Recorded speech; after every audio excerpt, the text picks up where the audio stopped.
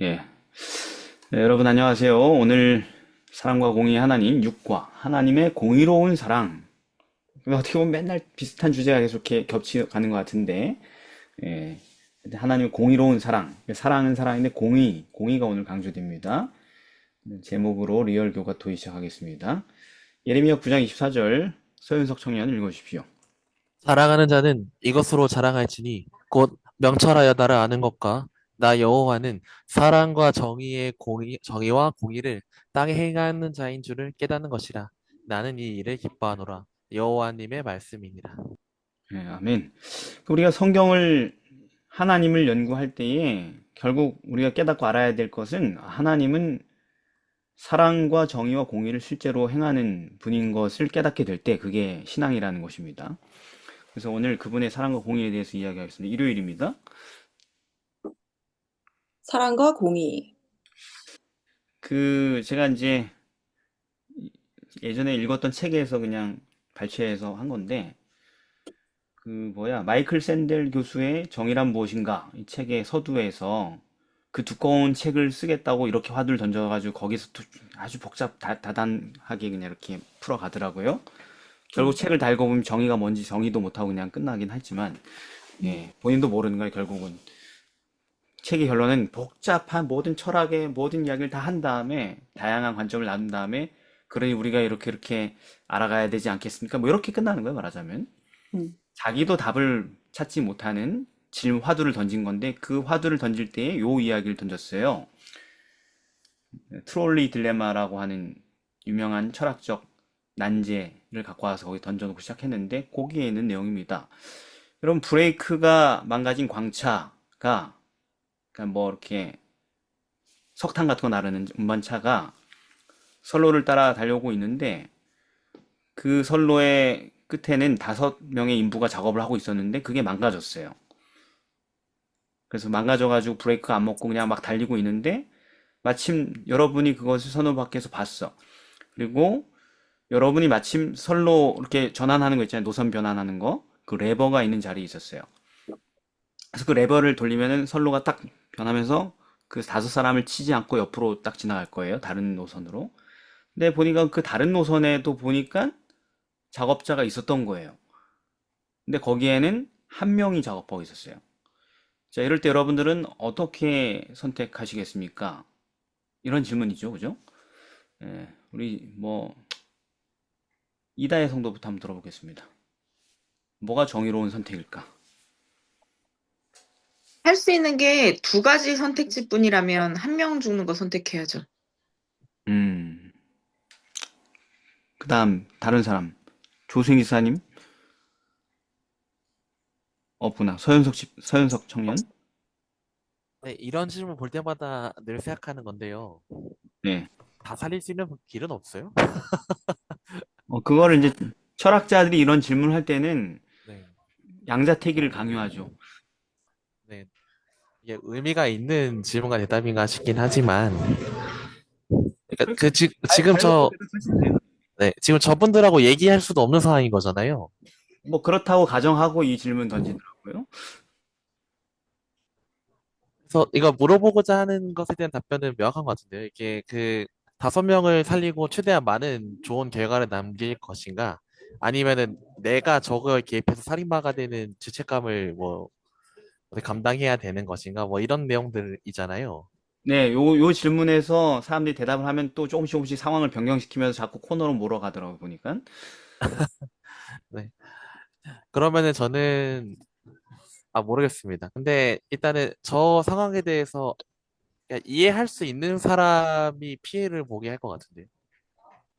그러니까 뭐 이해했습니다. 예를 들어 제가 아는 분이 있으면은 저분은 다른 사람 위해 희생해도 이해하실 분이야 하고 그쪽으로 아, 네. 그러니까 이게 평소에 서현석 전도사를 괴롭혔던 장로님이 계셨으면은 그 처리할 수 있다, 뭐 이런 얘기군요, 말하자. 아니요. 그분 아니 만약에 그런 분이라면 저분 아직 희생 감당 못하겠지 하고 딴 쪽으로 볼지 않을까요?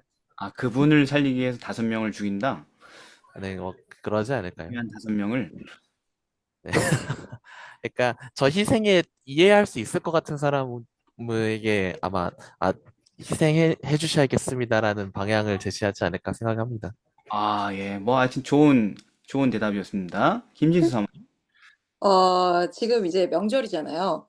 그래서 이제 가족들이 많이 모여 있단 말이죠. 그래서 제가 이거를 어제 가족들한테 음, 연령대도 다양하고 그래서 질문을 한번 던져봤어요.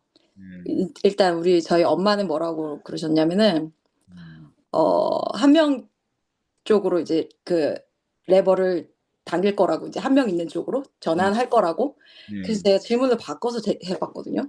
아, 그 아, 매뉴얼대로. 예. 그렇죠. 아니 그게 아니라 그냥 집을 바꿔서 그 5명 안에 나랑 언니가 있어. 아니 5명이 아니 그러니까 한 명. 그치. 그 한 명이 언니나 나라면 어떻게 그치. 그 할까? 한 명이 지금 한 명이 그 한 명이 나야. 어. 그렇게 얘기했다 참. 그렇게 질문했더니 갑자기 또 그 대답이 바뀌는 거죠. 안 음. 받고 그냥 둔다.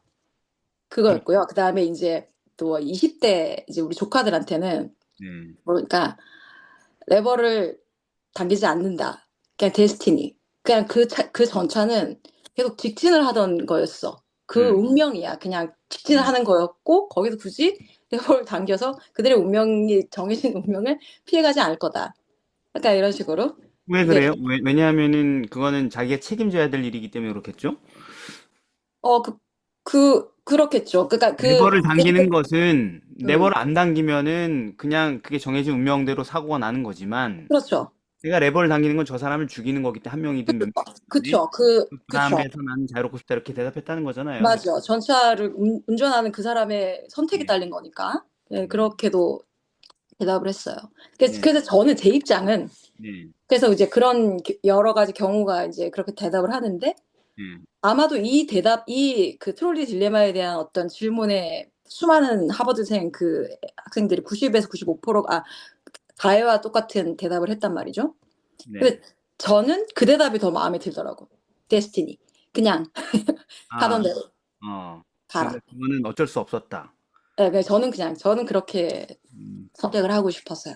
물론 그렇게 얘기하면 또 따로 반론이 나오죠. 어쩔 수 그렇죠. 없는 게 아니지 않냐. 당신은 레버 옆에 있었지 않냐. 또 이렇게 또 항의를 하게 되고요. 맞아요. 예, 그런 하여튼 음, 철학자들은 참 이런 걸 하는 이유는 생각을 많이 해보란 얘기죠. 아무 생각 없이 아, 살지 말고. 네, 그렇죠. 음. 좋아요. 자, 그런데 이제 더 하실 말씀 사람이 없죠, 지금. 집사님 애들 밥 챙겨주러 가셨나? 아무튼 간에 이 뭐가 정의로운가를 찾기 위해서 이런 질문을 던지고 음, 여러 사람들이 얘기를 했고 또 그 뭐 하버드 교수는 그거 하나 던져놓고 그걸로 우려먹어가지고 책 한 권을 썼고 예. 아, 이 뭐야 다수를 살린다 소수를 희생하고 그건 공리주의입니다. 공리주의 역사 뭐 철학 뭐 저 몇백 페이지 나오고 뭐 이런 식으로 말입니다. 그 다음에 이제 반대는 뭐냐면은 어 누군가를 한 명일지라도 다른 사람들의 다수의 목적을 위해서 희생시키는 것은 도덕적이지 않다 이런 얘기죠, 그죠? 음. 이런 이야기들 뭐 그래서 이제 제가 이제 한 가지 질문을 더 해보겠습니다. 그러면은 네. 어머니하고 아내가 동시에 물에 빠졌어요. 이건 수수께끼야, 수수께끼. 음. 어머니와 아내가 동시에 물에 빠졌어요. 한 사람만 구할 수 있으면 누굴 구할 것인가? 서현석 청년. 저는 고민 안 해도 되겠는데요. 어머니만 살리면 되겠군요. 아니, 아내가 있다고 쳤을 때 얘기입니다. 아, 아, 네. 아, 그런 상황인가요? 없다가 아내가 생기면 얼마나 애지중지할까 지금, 그죠? 그러면은, 이것도 간단한데요. 그리스도를 못 만난 사람은 살릴 것 같아요. 왜, 그래. 이거, 그러니까 둘 다 못 만났으면 어떡하려고. 그럼 큰일 났는데, 어떡하지? 왜냐면은, 이거 부활의 소망이 있으니까, 뭐, 그런 선택을 한 건데, 그래서 둘 다 못 만났으면 그것도 힘들겠네요, 그죠? 네, 그러면 그게 힘들겠죠. 네. 이다혜 성도는 이 수수께끼에 대한 답이 뭐라고 생각합니까? 만약에 이제 저라면 남편이랑 엄마잖아요. 뭐 그쵸? 그렇다 치고. 엄마를 구하지. 아, 그래.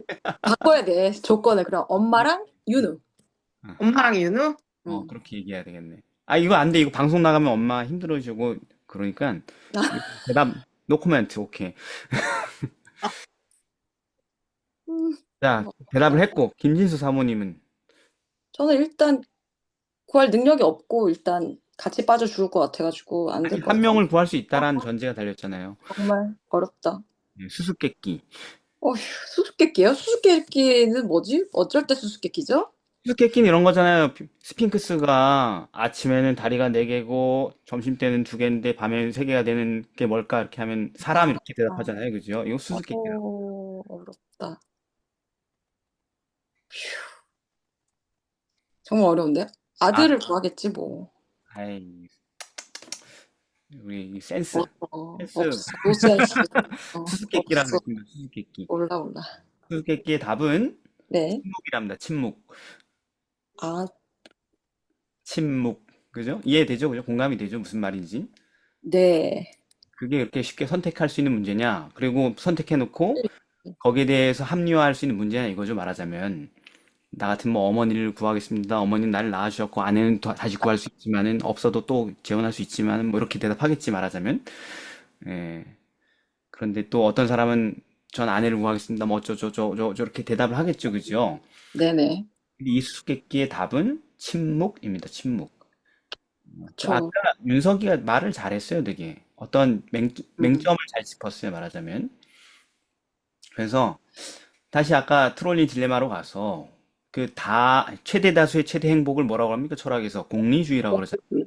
음, 가능한 최대로 많은 사람들이 행복할 때 그것이 정의다 이렇게 얘기하는 주의지 않습니까? 네. 성경에 따르면 그게 정의예요, 아니에요? 아니에요. 가장 대표적인 예가 뭡니까? 공리주의가 아주 지독한 불이라는. 예수라는 사람 한 명 희생시켜서 우리 모두가 행복을 얻는 것이 최대의 좋은 일 아니겠느냐. 그렇죠. 그때 직원의 말입니다. 사내들에서 있었던 직원의. 네. 요한복음 11장 50절에 한 사람이 백성을 위하여 죽어서 온 민족이 망하지 않게 되는 것이 너희에게 유익한 줄을 생각지 아니한도다 하고 가야바가 말을 했죠. 음, 그래서 예수님을 제거하는 그 일이 합의가 된 거지 않습니까? 그게 인류가 행한 가장 큰 범죄 중에 하나죠. 그죠? 그 네. 공리주의가 정의가 아니에요. 어떤 경우에는. 그다음에 이제 아까 이제 레버를 안 당기겠다 나는 그냥 이건 이미 일어난 일이니까 그러니까 나는 그냥 중립에 있겠다 이렇게 얘기한 우리 조카들 대답 네. 같은 거.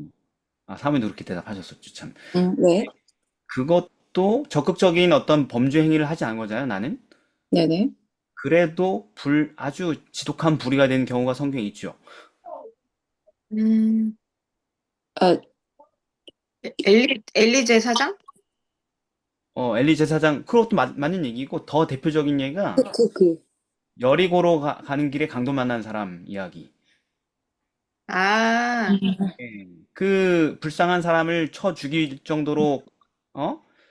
유린한 사람들은 강도지. 지나가던 레위나 제사장은 아니잖아요? 네.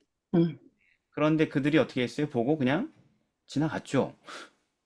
그치. 근데 그 얘기를 듣는 청중들은, 예수님의 이 이야기를 듣는 청중들은 그게 불의하다고 느꼈죠, 다들. 그죠?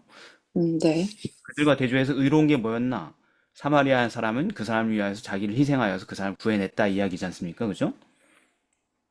네. 그러니까 트롤리 딜레마 같은 거는 결국은 이게 왜 답이 없냐면 다 불의한 답이기 때문에 그래요. 맞아.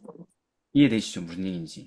그러니까 네. 정의를 논하는 질문으로서 이것은 부적격이에요, 사실은. 네. 여기서 어떤 답을 찾아내도 그들이 만든 조건에 의해서 그건 다 불의가 되는 것입니다. 네. 정의가 안 되는 거예요. 정의롭지 못한 것입니다. 근데 이런 상황을 누가 만드냐면 철학자들은 이렇게 가정적으로 얘기했지만 이런 상황을 우리에게 가하는 게 누구냐면 사단이에요, 사단. 음, 셋 중에 하나 선택해 해가지고 범죄하게 만든 게 사단의 계략이란 말이죠. 네. 그래서 정의란 무엇인가를 논하려는 이런 실험 자체는 이미 전제부터 잘못된 거예요. 전제부터. 음, 자, 여러분들 지금 들은 대답들 다 보면은 한 가지가 빠져 있어요. 어쨌든 네. 이런 질문에 따라가면 뭐냐면은 자기가 희생할 거에 대한 생각은 없어. 자기가 덜 손해보는 쪽으로 다 생각하지. 그죠? 네. 예. 그러니까 왜냐면 어떤 경우든 누구를 희생시키는 것이 더 도덕적인가를 묻고 있기 때문에 처음부터 음, 나 말고 누구를 희생시키는 것이 더 도덕적인가? 이걸 묻고 있기 때문에 잘못된 질문이라는 것이에요. 네. 이해됐어요? 무슨 말인지? 네. 네, 그러니까 이런 실험 전제에는 자기 희생이라는 사랑이 개입될 여지가 없는 거야. 음. 예. 네. 그럼 자기 희생이 개입되어야지 그때 뭘 논할 수 있는 거예요? 정의가 무엇인지 논할 수 있는 것입니다. 음. 그죠? 예. 그래서 처음부터 정의로운 선택이란 누구를 희생시키는 게 더 옳을까 이렇게 묻지 않는다는 얘기예요. 음. 그건 자기 스스로 희생을 감수하는 것에서 시작되는 게 정의인 겁니다. 즉, 타자에 대한 진정한 사랑이 없으면 뭐를 실현하는 게 불가능한 거예요? 정의. 네, 소위 공의를 실현하는 것은 불가능한 거예요. 그러니까 오직 뭐 소수가 다수보다 더 귀하다, 뭐 아니다 이런 그런 차별 없는 모든 사람이 한 명의 영혼이라도 다 소중하다라고 생각하는 그런 차별 없는 사랑이 전제될 때 이 땅에 뭐가 이루어진다? 공의가 이루어질 수 있다라는 것입니다. 예. 그리고 이런 질문에는 또 어떤 게 잘못된 전제가 있냐면은 이건 맞는 전제일 수 있는데 답변한 사람의 입장을 철저하게 무력한 상황에 만들어 놓고 답변하라 그러죠. 맞아요. 그죠? 음. 그게 이제 인간 제한으로 하면 되게 무력한 현실적인 얘기일 수 있지만 만일 답변자에게 그런 인간이 가지고 있는 여러 가지 한계를 뛰어넘을 수 있는 능력이 있으면 아까 서윤석 청년이 얘기한 것처럼 다 구할 수도 있는 겁니다. 이해되세요? 능력이 없다라고 전제하기 때문에 못하는 거죠. 네. 고작 할 수 있는 게 레버 당길지 말지를 선택하는 것밖에 없습니다라고 제안을 했기 때문에 구할 수가 없는 거죠. 그죠? 그렇죠. 가령 그 사람이 레버를 당기는 것 말고도 사람들에게 소리를 쳐가지고 위험을 알릴 수 있는 능력만 있어도 상황은 완전히 달라지겠죠. 음. 그죠? 능력이 조금만 붙어도 이미 상황이 다 해결된단 말이에요. 근데 철저하게 무능하게 만들어놨죠. 그래서 하나님은 어떤 분이에요? 능, 능력 있으신 분.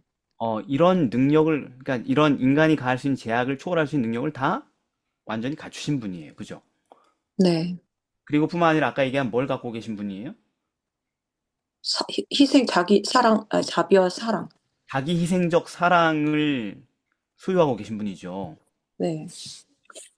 하나님이 공리주의적으로 희생하셨습니까? 아, 내가 내 목숨값이 엄청 비싼데 내가 죽어서 구할 수 있는 사람의 수가 200억 미달되면 안 죽겠다 이러신 분입니까? 아니요? 요? 천사가 와가지고 하나님 다 세봤는데 시작부터 끝까지 다 세봤는데 187억 5,006억 아니 5,006만 명입니다 이렇게 얘기를 했어. 그러면 그 소위 무슨 회의입니까? 옛날에 했던 예? 평화의 의논 거기에서 그런 얘기가 나왔어. 조사해가지고 왔는데 보고를 했는데 앞으로 지구가 멸망할 때까지 회개할 사람이 추산해 보니까 187억 6천 얼마 뭐 이렇게 된대. 그러면 예수님께서 아이 그럼 저 안 할래요 아버지 이렇게 하실까요? 아니요? 너무 적어요. 제 목숨이 그거밖에 안 됩니까? 뭐 이렇게 하실 분입니까? 아니잖아요. 네. 그럼 몇 명이어야지 예수님이 돌아가시는 게 충족됐습니까? 죽어야 되는 사람이? 한 명. 그거 한 명. 한 명이라고 써 있죠. 네. 그러니까 사람들이 다 우리가 잔인해가지고 하와가 혼자 범죄하고 아담이 탁 끊어내서 혼자 죽었어야 되는 느끼게 하잖아요, 다들. 맞아. 아담 등신이 말이야. 그 미모에 속아가지고 그렇게 됐다고. 뭐 이렇게 얘기하는 사람들 많단 말이에요. 네. 예. 여자 혼자 죽게 냅두지 뭘 그 여자 함나 때문에 그냥 우리를 다 이렇게 불행하게 만들었냐? 그러면 이제 너무 불쌍하죠, 여자들은. 하와가 혼자 죄 짓고 죽을 거 생각하면, 그죠? 근데 그랬다 할지라도, 그래서 아무도 멸망당하지 않고 하와 혼자 죽고 끝날 문제로 끝냈다 할지라도 누가 오셨다? 예수님. 아, 메시아는 오셨다. 그 한 영혼을 구원하기 위해 자기 생명을 던졌다. 음. 그러니 인간의 세상에는 사랑과 공의라 따위는 없는데 아무리 노력해도 아무리 철학과 교수가 이렇게 대단한 역작을 만들어낸다 할지라도 안 되는 말이에요. 자기도 답을 못 내거든. 그 책 다 읽어보면은 결론은 우리는 이 문제에 대해서 더 많은 서로 공동체 안에서 얘기를 해야 된다 이런 얘기야. 서로 의견을 더 많이 수렴해야 된다고. 누구에게도 불이익이 가지 않게. 그거는 그냥 이상론이지요. 모르는 거죠. 어떻게 될지. 음, 그런데 누군 할 수 있다?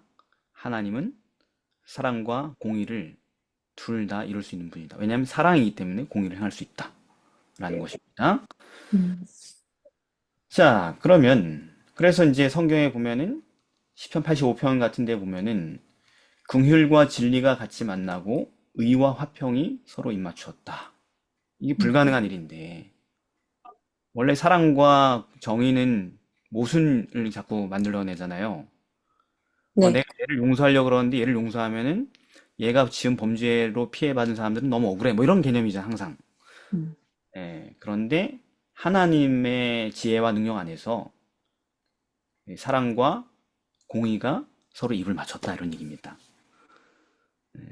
그래서 시편 89편 14절 의와 공의가 주의 보좌의 기초인데 인자함과 진실함이 주를 앞서 행하나이다. 그분의 통치는 사랑과 정의가 완전 일치하는 그런 것이다 라는 것이죠. 자, 다음 월요일입니다.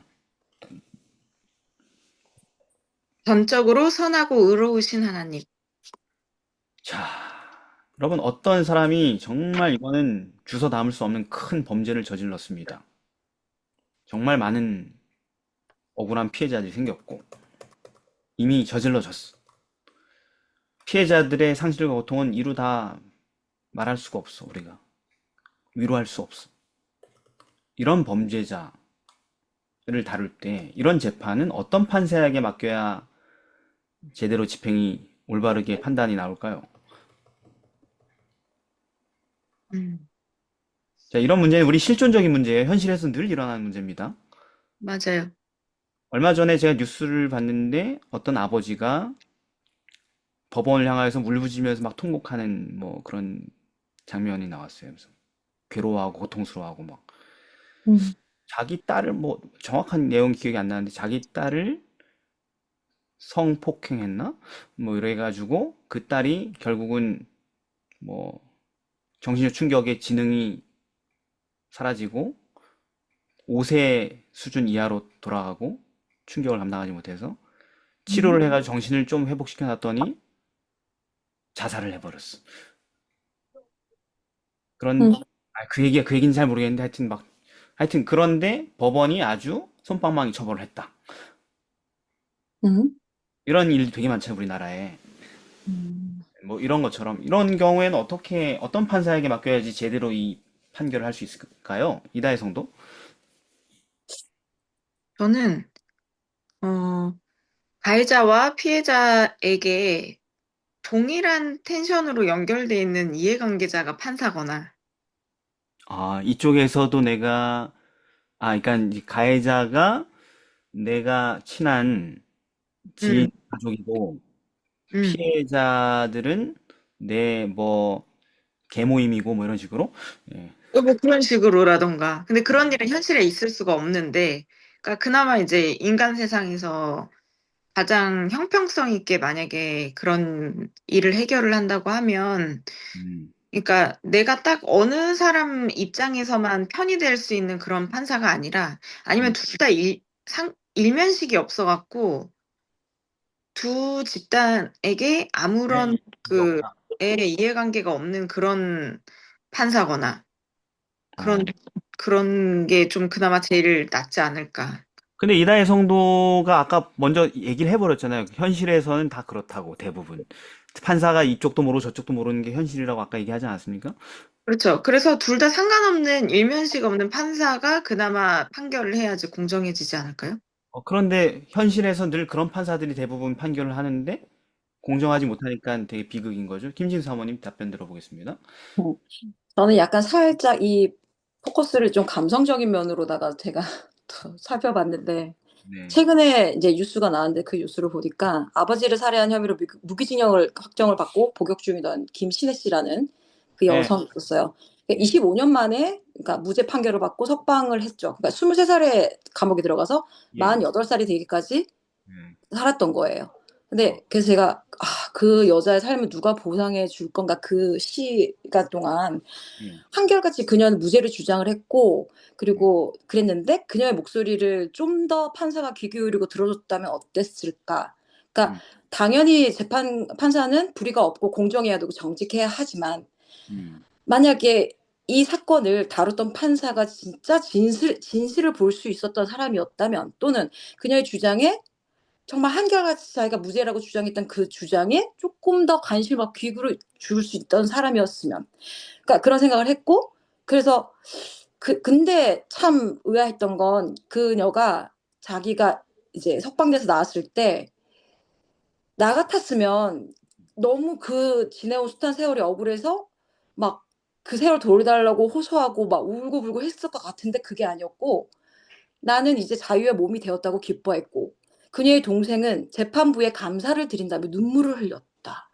이 기사를 보고 와 이렇게 할 수 있는 거구나. 그냥 죄 누명을 벗은 것하고 자유 몸이 된 것에 그냥 감사를 할 수 있는 거구나. 와 이렇게 했단 말이에요. 그래서 그러면서 제가 하나님께선 만약에 이 재판에 만약에 재판사셨다면 이 모든 걸 다 알고 계시고 진실을 알고 계셨을 텐데 음. 그녀를 25년간 감옥에 있게 하지 않았을 텐데. 약간 그런 생각을 했죠. 예. 그러니까 그건 무죄일 경우에 그렇겠네요.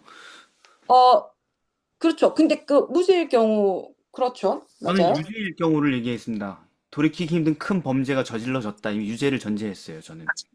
그죠? 아 예, 조금 포커스가 다르겠네요. 피해자? 예. 아 예. 피해자 입장. 네. 오케이. 그러니까 그 여성은 잘못한 게 없는데 억울한 옥살을 한 거고, 그쵸. 여기는 잘못을 한 겁니다. 그래요? 예. 음. 서현석 청년.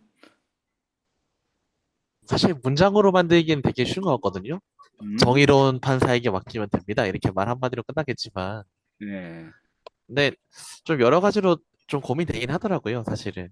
네, 왜냐하면은 법 법대로 처벌하시는 분이면 법이 솜방망이면 어떡하지? 또 아니면은 뭐 큰 범죄가 저질러졌다라는 걸 아는데 정확하게 저 사람이 유죄인지 아닌지를 몰라서 넘길 때도 있기도 할 거 아니에요? 음, 그래서 사실 이상적으로 설명을 한다면 모든 걸 다 꿰뚫어 볼 수 있으면서 그리고 또 이해관계에 휘둘리지 않으면서 정확하게 판결을 내리는데 법이 솜방망이면은 법마저도 잘못했다고 선언할 수 있는 사람이 이제 판사가 됐으면은 아마 억울하지 않게 되겠지만요. 그렇죠. 뭐 그게 현실적인 답이겠죠. 조세희 사님 돌아오셨습니까? 네, 예, 조세희 사님 어떻게 생각하십니까? 어떤 사례? 저는 뭐, 이거는 뭐, 여러 가지 생각을 하기보다 단순하게 생각했을 때는 네, 그냥 법대로 판결을 내릴 수 있는 그 판사가 맡아야 되지 않나. 네, 뭐, 이게 다른 뭐 이입이나 감정이입이나 이런 것들을 고려하는 그게 아닌 네, 네, 법에 맞게 그냥 네. 법대로. 예, 법대로. 네, 지금 우리가 정, 원하는 건 현실에선 사실 그게 거의 정설이죠, 그죠? 네, 적어도 법대로 하기만 해도 덜 억울하잖아요. 피해자들은, 그죠? 음. 뭐, 그렇죠. 이게 법대로도 안 되니까 이제 사람들이 그렇게 맞아요. 네, 비치는 거죠, 말하자면. 음. 자, 그런데 그렇다고 해서 문제가 안 되는 건 아닌 게 아까 서영수 청년 법도 못 믿을 수도 있고. 예를 들어서 이제 그렇죠. 제일 흔히 이슈가 되는 게 사기죄. 그렇죠. 대형 사기죄 같은 경우는 100명, 1000명의 피해자가 생길 수 있는데 그 100명, 1000명의 피해자들 한 명 한 명이 다 다시는 삶을 회복할 수 없을 정도의 경제적 엄청난 타격을 당하는 일들이 있죠. 뭐 전세 사기라든가 이런 것들 말입니다. 억 단위로 말이죠. 그럼 재기할 수 없겠죠, 그죠? 그 타격을. 그래서 실제로 피해가 액수로만 끝나는 게 아니고 자살자가 엄청 증가하게 되죠. 그런 사기를 당하는 사람들 중에 자살자가 엄청나게 증가하지 않습니까, 실제로? 음. 예, 견디지 못하고 그 억울함을. 네. 근데 그렇게 아무리 대형으로 사기를 치든 어떻게 치든 그 사기죄는 징역 몇 년을 넘지 않는다는, 그죠? 한계가 있단 말이죠. 음. 그러니까 사기꾼들은 크게 공사 한번 치고 몇 년 살다 나오지 이렇게 뭐 마음 먹고 사기를 치지 않습니까?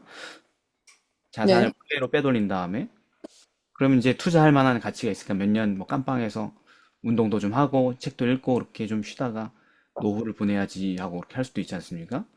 이럴 경우에 굉장히 또 억울한 일이 생기겠죠.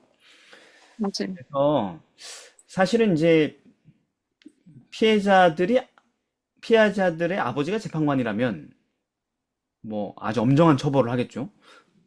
음. 그렇죠. 가해자의 아버지가 판사면 아주 솜방망이 처벌이 될 가능성이 높겠죠, 그죠? 네. 그러니까 아까 얘기하신 것처럼 여러분 이해관계 소명이 이렇게 꼬여 있으면 안 되고. 근데 정말 근데 또 그냥 법대로 단지 법대로 하는 것은 재판도 필요 없죠, 사실. 어떻게 보면은. 그렇죠. 언제 이거 하는 게 나아. 어. 근데 재판을 굳이 또 하는 이유가 있죠. 소위 가해자들의 인권을 중시하고 가해자들이 혹시 억울한 게 판결을 받지 않는지를 살핀 이유가 또 있죠. 네. 아까 그 여자도 그렇게 억울한 판단을 받은 거 아닙니까? 네네. 그러니까 이게 어려운 거예요, 사실은. 그냥 법대로 단지 그냥 팩트 눈에 보이는 그대로 이렇게 할 수 없는 여러 가지 영역이 있는 거죠. 그래서 심신미약인 이런 것들이 자꾸 거론되는 거죠. 말하자면 그 아이의 뭐 불우한 삶 이런 것까지 다 동원되는 거죠, 말하자면. 음. 근데 참 어려운데 사실은 간단할 수 있습니다. 뭐냐면 피해자의 아픔과 고통을 충분히 공감할 수 있는 사람이어야 되며 음. 동시에 그 가해자의 생애를 불쌍히 여길 수 있는 판사가 맡게 된다면 무슨 말인지 아시겠어요? 네. 네. 양자랑 무관한 사람이 아니고 음. 양자를 둘 다 소중하게 아끼는 사람이 판사가 된다면 음. 그 양쪽 모두를 위하여서 공정한 판결을 내리는데 굉장히 근접하겠죠. 누구도 상처 주지 않으려고 하겠죠. 불필요하게. 그죠? 딱 정의로운 판결이 될 수 있도록 말입니다. 즉, 피해자와 가해자 모두를 공정하게 사랑할 수 있는 판사가 있다면 그 사람만이 양측 모두가 납득할 만한 어떤 결과를 내릴 수 있지 않을까요? 네. 그죠? 근데 그런 사람이 있냐고요, 세상에. 못 본 것 같은데. 예. 그러니까 그래서 누가 필요한 거예요? 이 세상에는? 하나님. 전적으로 선하고 의로우신 하나님이 필요합니다. 하나님이 필요하신 거죠. 그러니까 전적으로 선하고 의롭다라는 얘기를 좀 더 여기 성경에 보면 하나님 불의가 없다. 완전히 정의롭다 이렇게 계속 나오지 않습니까? 신명기, 시편, 스바냐 뭐 그죠? 네.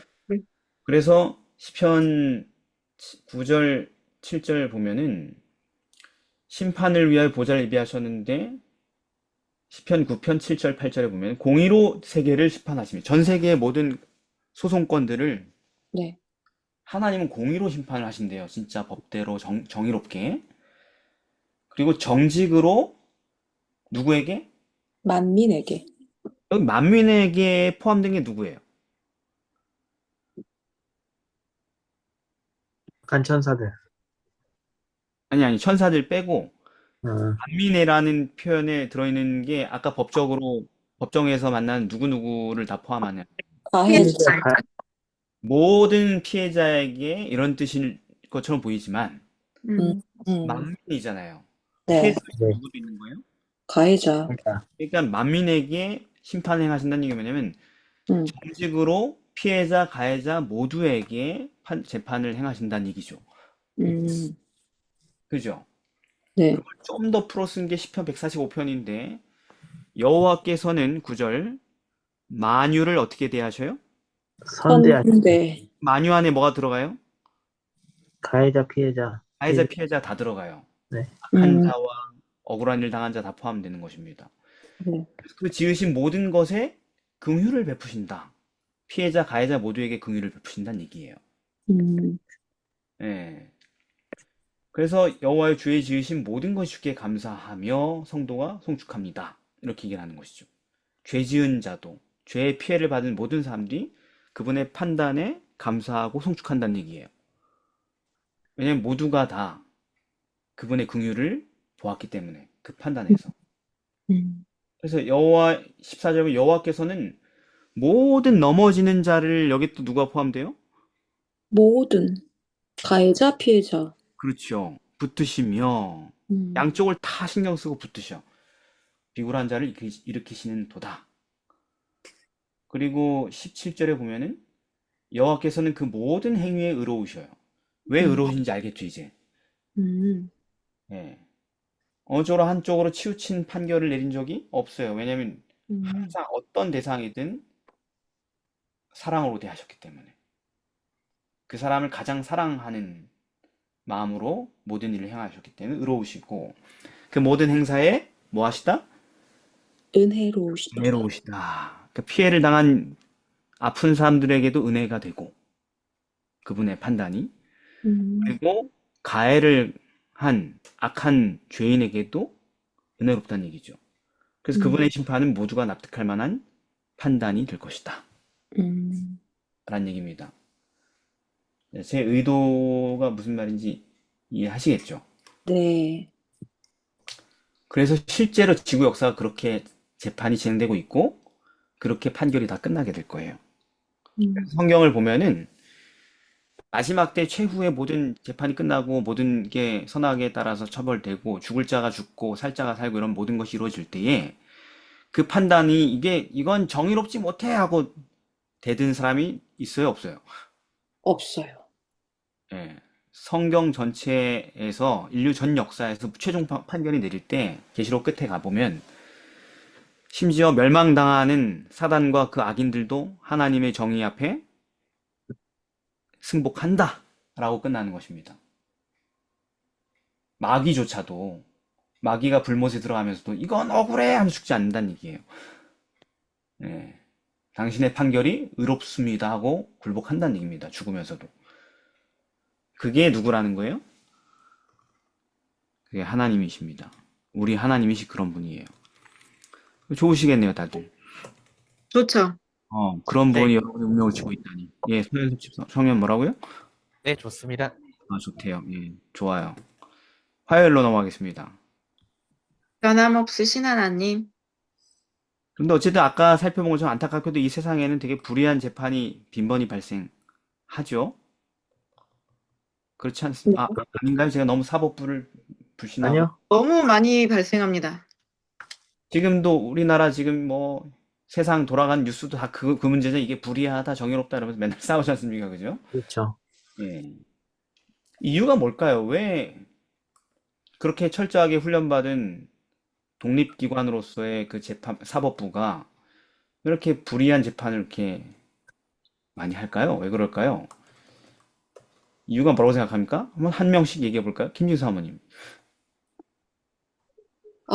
그런 빈번히 발생하는 원인을 살펴보자면, 예를 들어, 그런 일이 있었습니다. 현직 판사가 사채왕의 뒤를 봐주고 검은 돈을 챙긴 그런 혐의로, 음, 이제 그의 어떤, 원래 법관이라는 것이 일반 공직자들보다 훨씬 더 높은 도덕성과 청렴성을 요구받는 그런 직업인데, 실제로 그런 그렇다고 사람, 하더라고요. 그렇죠. 뇌물, 그렇죠. 그러니까 구체적으로 그냥 이제 그런 걸로 시작돼서 어떤 그런 뇌물이나 청탁에 의해서 그런 재판이 또 그렇게 되고, 또 뭐 그 사람이 또 정치적인 영향력 아래 있다면은, 음, 그쵸. 또 그런 불법, 정의롭지 못한 재판이 일어날 수 있고, 그 다음에 네, 또는 그 판사가 자기 이름을 뭔가 이렇게 사회적인 어떤 특정한 집단이나 아니면은 뭐 그런 기대감을 충족시켜 주고 싶어가지고 자기가 뭔가 이렇게 히어로가 되고 싶은 음. 그럴 때 그럴 때 그런 예, 우리 사모님께서 얘기하신 건 뭐냐? 음, 인간이라서, 인간은 자기 그렇죠. 이해관계에 따라서 한쪽으로 기울어지기 쉬운 존재라서 그렇다는 예. 것이죠. 그래서 레위기 19장 15절에 보면 되게 재밌는 표현이 나오는데요. 네. 너희는 재판할 때 불의를 행치 말라. 가난한 자의 편 들지 말고, 세력 있는 자라고 두어하지 말고, 공의로 사람을 재판할지며, 이런 얘기가 나온단 말이에요. 여기 두 개의 성향을 가진 재판관들이 있어요. 네. 약자의 편에 서겠다는 재판관이 있고, 아니면 또는 권력자들의 편에 서겠다, 그들의 권리를 옹호하겠다는 재판관이 두 개가 나와요. 네. 어떻게 보면 약간 오늘날의 진보 보수 개념 비슷한 거죠, 그죠? 네. 예. 그런 정치적 성향, 이해관계 이런 거에 따라서 판결이 달라진다. 그러니까 그러지 말라 이렇게 권면하는 하나님의 명령이죠. 네. 네. 자, 이다혜 성도님 또 다른 어떤 이유가 있을까요? 재판이 불이하게 되는 이유? 우리가 다 실수가 많으니 만일 말에 실수가 없는 자면 곧 온전한 사람이라. 능히 온 몸도 굴레 씌우리라. 야고보서 말씀인데 우리가 결국 다 불완전한 인간이기 때문에 재판부나 사법부나 전부 다 인간이 하는 그 부서들이기 때문에 네. 부족해서. 어, 근데 우리가 이제 부족한 이유는 죄인이라서. 그러니까 내가 아무리 공정하게 하려고 해도 정말 내가 깨끗한 취지를 갖고 있고, 그죠? 하나님을 믿고 있고 심지어 그런 판사라도 음. 실수할 수밖에 없는 인간이라서 그 실수 때문에 불공정하고 불이한 판단을 내릴 수 있다. 얘기를 하는 것입니다. 네. 네. 실사에 또 다른 이유가 있을까요? 그 왜곡된 진실로 네. 한쪽에서 그리고 다른 한쪽은 그거에 대해서 이제 반론을 전혀 이제 잘 못하기 때문에 그 불완전한 그런 사실이나 그런 진술로 인해서 이제 재판관이 잘못 이렇게 판단할 수도 있지 않나. 네, 그럴 수 있죠. 그 네. 부분도 어떻게 보면 실수에 포함될 수 있는 것 같고. 음. 서인석 청년, 또 다른 이유도 있을까요? 이거는 뭐 정확하게 법정에 관한 얘기는 아니고 예언을 마음대로 하지 말라는 얘기지만 좀 유사한 면이 보여서 네. 읽으면은 에스겔서 13장 19절입니다. 너희가 두어 음큰 보리와 두어져가 똑을 위하여 나를 내 백성 가운데서 욕되게 하여 거짓말을 고집듣는 내 백성에게 너희가 거짓말을 지어내어 죽지 아니할 영혼을 죽이고 살지 못할 영혼을 살리는도다. 네. 이해관계 때문에요. 그 이해관계, 아까 얘기했었죠. 그죠? 그 다음에 이제 술 때문에 그렇다는 얘기도 있습니다. 음. 이사야 28장 7절, 술 먹어가지고 독주 때문에 픽실거리고 그릇 풀며. 재판할 때 실수한다. 음. 잘 하려고 해서 실수하는 사람도 있고, 아까 연약해서 네. 평소에 음주를 즐겨가지고 이 머리가 망가져가지고 재판에 있어서 실수하는 법조인들이 있고, 음. 음주에 너무 깊이 빠져가지고 그렇다는 얘기를 하고 있고, 또 하나는 뭐냐면은 애초에 정의 자체에 아무 관심도 의무감도 없이 음. 사법부의 직업을 가진 사람들도 있다라는 것이죠. 누가복음 18장 2절에 보면 예수님이 어떤 과부 얘기를 하면서 그 도시에 하나님을 두려워하지 않고 사람을 무시하는 한 재판관이 있다 이렇게 얘기를 하거든요. 그러면서 맨 뒤에는 불의한 재판관을 보라 이렇게 얘기한단 말이에요. 그냥 애시당초 정의랑 아무 상관이 없는 음. 그냥 한 자리 하려고 그렇게 하는 사람들이 있기 때문에 당연히 그런 정신없는 사람들이 그 자리에 있으면 당연히 불의한 재판을 하겠죠. 그죠? 네. 자, 그럼 여러분, 만일 하나님께서 이런 사람들과 달리 절대로 매수 불가능한 재판관이시고 또 어떤 이해관계에 흔들림 없이 오직 원칙대로 법을 그대로 집행하시는 분이라면 이런 재판관들과 달리 그러면 우리에게 되게 좋은 일이에요? 나쁜 일이에요? 엄청 좋은 일이죠. 좋은 일이죠. 왜? 왜요? 의인이라면 당연히 더없이 좋은 일이고 하나님이 자기의 의의를 다 알아주실 테니까. 아, 그리고 악인이라고 하더라도 네. 뇌물은 통하지 않겠지만 사실은 뇌물을 쓰는 것도 굉장히 스트레스 받고 된다는 보장이 있는 것도 아닌 일이잖아요. 그러니까 아, 악인이라고 하더라도 이게 자비롭고 변함없이 사랑하시는 분이 뇌물을 받지 않는 상황인 거잖아요. 그러니까 되게 나쁠 일이 아무것도 없는 거죠. 그러니까 본인의 잘못보다 더 억울하게 더 당하는 일도 없을 테니까. 그러니까 난 어차피 죄의 삭은 사망이니까 변함이 없으니까 그냥 나는 죽었다 그냥 더 이상 여기에 대해서 마음고생할 필요가 없다. 살 수 있을까? 희망 고문할 필요 없다. 이런 얘기군요, 말하자면. 예, 좋아요. 그것도 참 의미 있는 얘기인 것 같습니다. 예. 그리고 왜 조승희 선생님 뭐가 좋습니까? 뭐 똑같은 그 내용인 것 같아요. 하나님께서 예, 어, 음, 의인에게나 악인에게나 예, 공의로 이제 하시기 때문에 네. 그거에 대해서 불평과 불만 뭐 이렇게 가질 일이 절대 없을 것 같은데요. 예, 음. 좋습니다. 그게 이제 아까 이다혜 성도 한 얘기에 왜? 약간 좀, 어, 다른 의견을 제가 얘기하는 건 뭐냐면, 죄를 끝까지 고집하고 반역할 수 있는 사람들에게는 나쁜 일 아닌가요, 이게? 그렇죠. 아니, 그렇게 생각합니다. 맞다. 그렇다고. 이다혜가 성도에게 한 악인은 착한 악인인 것 같은데, 약간? 그런가? 근데 악인의 삶도 사실은 고달프잖아요. 아니, 그거는 이다혜 성도가 제3자로서 악인의 삶이 아니, 고달픈 인생 오래 사는 것보다 빨리 끝나는 게 좋겠다, 이렇게 동정하는 거고. 아니, 나도 악인의 면모가 있으니까 악인으로 인생 살고 좀 뭐 로비하고 뇌물 쓰고 막 이렇게 할 때 인생 되게 버겁던데. 아, 맞아. 우리 공감할 수 없는 영역이다. 배달하고 보장도 없어요, 그게. 그러니까는 되게 인생 고달퍼. 그러니까 하다가 보면은 그게 또 그렇게 썩. 그래서 사실 옛날에 막 그렇게 좀 그 다른 나라 가서 살고 싶다 이렇게 생각했었던 것도 뭐냐면 어, 세상에서 성공을 하려고 하니까 말하자면은 법도 항상 음. 이렇게 예외 조항 이런 거 찾아야지 인생이 잘 풀리는데 예외 조항 피곤해. 예. 뻔하잖아요. 음, 그러니까는 그리고 예외 조항이라는 것도 예외 조항이니까 그냥 무조건 해주세요가 아니라 이게 이제 그것을 집행하는 사람한테도 그 예외 조항이 통해야지만 그게 되는 거잖아요. 근데 어, 한국에서는 약간 그런 게 잘 통하려면 이런 우리 같은 서민급이 뭘 할 수 있는 게 아니잖아요. 진짜로 정말로 재산이 엄청나게 많거나 부가 엄청, 그러니까 권력이 엄청 있거나 이 정도 급이 돼야지 그럼 법 위에서 뭔가를 할 수가 있는데 음, 약간 나라를 후진국으로 가면은 그게 음, 쉬워요. 그러니까 뇌물이 오히려 나라가 후졌다라는 게 이게 이제 뇌물을 요만큼 쓰면 요만큼의 효과가 바로 나타나는 나라들이 음, 오히려 적당한 악인들이 살기가 되게 괜찮아. 그러니까 음, 나는 그때가 그래서 차라리 난 적당한 악인인 거에 메타인지가 있으니까 그런 음, 나라에 가서 살면 인생이 차라리 낫겠다 싶었던 거죠. 너무 음. 비용들이 많이 들고 어, 피곤하니까. 아. 그러니까는 사실 악인이라도 그냥 포기하고 싶다라는 생각 당연히 든다니까요, 그게. 그러니까 이제 악인의 정의가 다르다고 아까 제가 설명한 거예요. 지금 여기서 묘사한 악인은 좀 약간 불쌍한 악인이죠. 들어보니까 그죠? 아니, 악인들도 다 불쌍한 면모가 있어, 그러니까. 아무리 악인이라도.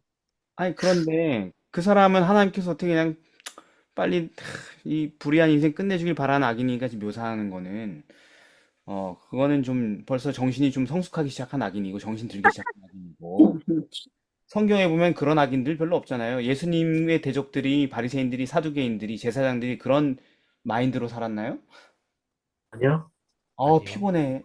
저 예수라는 사람 때문에 일주일에 몇 번을 직원을 하는 거야, 지금 1년 동안.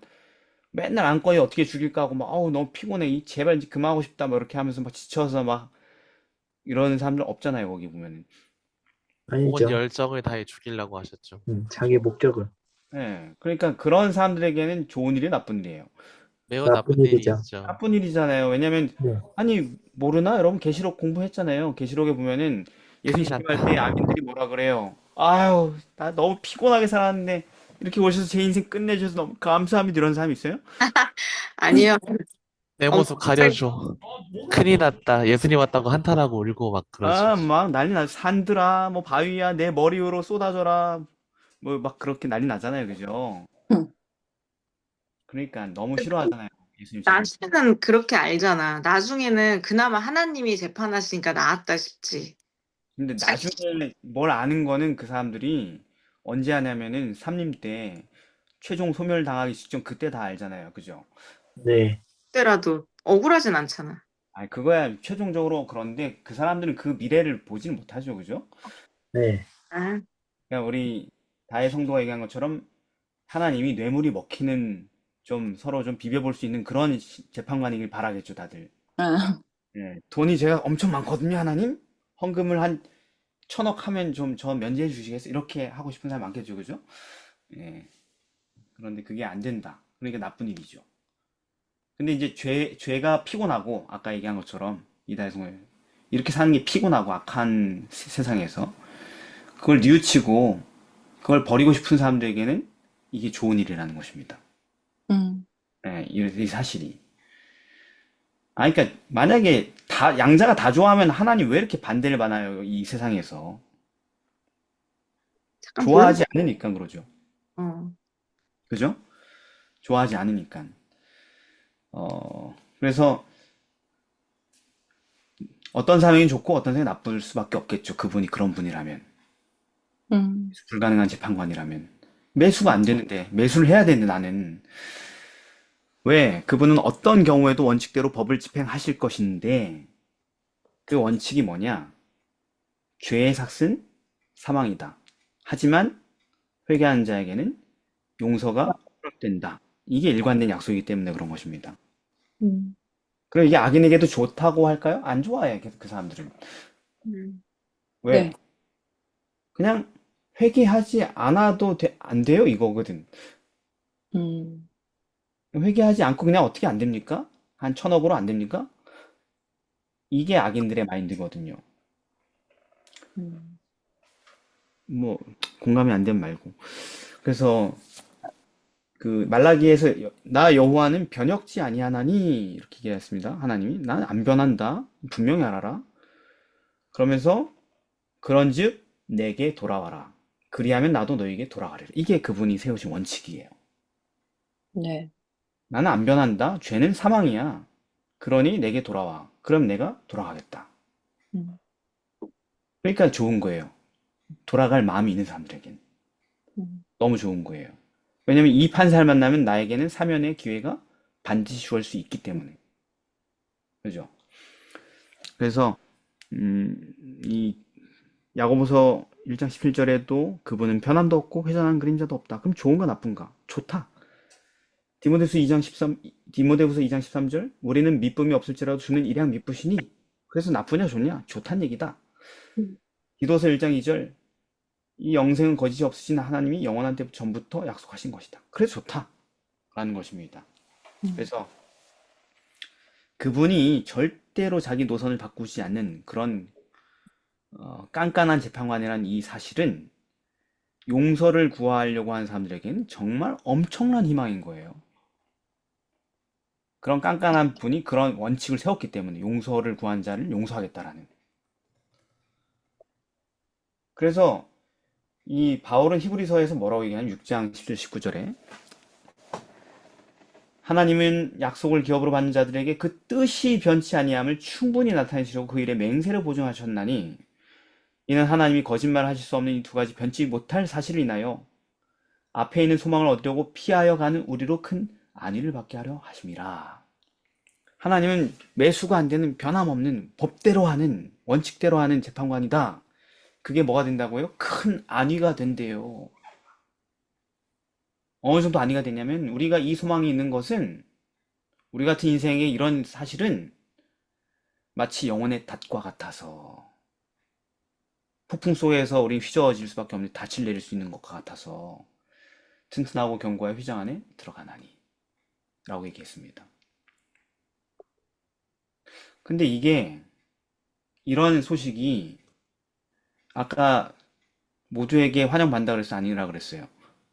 자기는 아니다. 아니라고. 그러면 이런 기별이 교회 안에서는 환영받겠죠, 당연히. 아니요. 근데 교회에서 반반보다 못하지. 아, 그래? 또? 음. 왜? 교회는 다 하나님의 용서를 구하려고 온 사람들 아닌가? 왜 근데 그렇게? 음. 실제로 하나님이 다 용서하셨다라는 기별을 믿고 싶은 거지, 본인들이 회개하지 않고. 그런 사람들이 생각보다 되게 많은 거죠, 비율이. 어. 왜 그렇지? 우리 목회자들이 맨날 복음을 수십 년 동안 가르치는데 왜 그런 사람 비율이 왜 많아? 목회자들이 듣고 싶은 말을 많이 했기 때문에. 아, 그래요? 죄송합니다. 아, 죄송합니다. 예. 그러니까, 아닙니다. 그러니까 그래요. 제가 겸허하게 받아들이겠습니다. 그런 지적을. 우리 예, 맞아요. 맞아요. 예.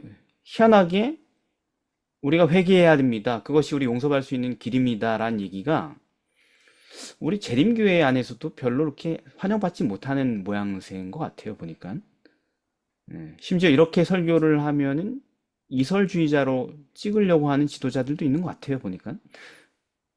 위험인물로 분류하는 사람도 있는 것 같아요, 보니까. 무슨, 뭐, 소위 경관토대다, 이렇게 분류를 하려고 하는 것 같아요. 그 뭔 분류법인지 모르겠지만, 그게, 예, 맞습니다. 그래서 왜 그런지 모르겠습니다. 그걸 위험하다고 생각해요. 회개의 메시지를 위험하다고 생각합니다. 많은 사람들이. 다 그런 건 아니고, 그런 성향을 가진 지도자들이 있어요, 분명히. 그러나, 네. 제가 얘기하고 싶은 건 뭐냐면은, 다 그렇지는 않습니다. 희한하게 우리 안에도 두 가지 조류가 다 있습니다. 맞습니다. 뭐, 성도들도 그렇고, 우리 목회자들도 그렇고, 마치, 어디에나, 어느 집단에나 다 성경에서 얘기하는 그런 캐릭터들이 다 존재하는 거죠, 말이죠.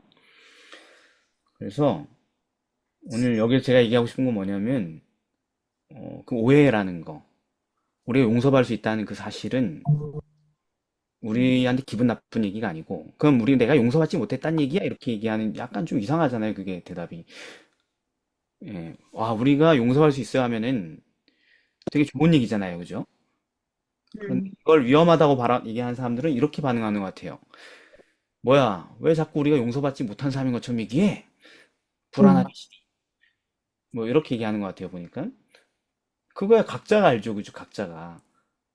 맞아요. 각 사람이 자기가 알 거 아니에요. 자기 용서받았는지, 용서받지 못했는지, 회개했는지, 죄 가운데 있는지. 음, 우리가 서로를 판단하기보단 각자가 자기를 잘 판단할 수 있겠죠, 그죠?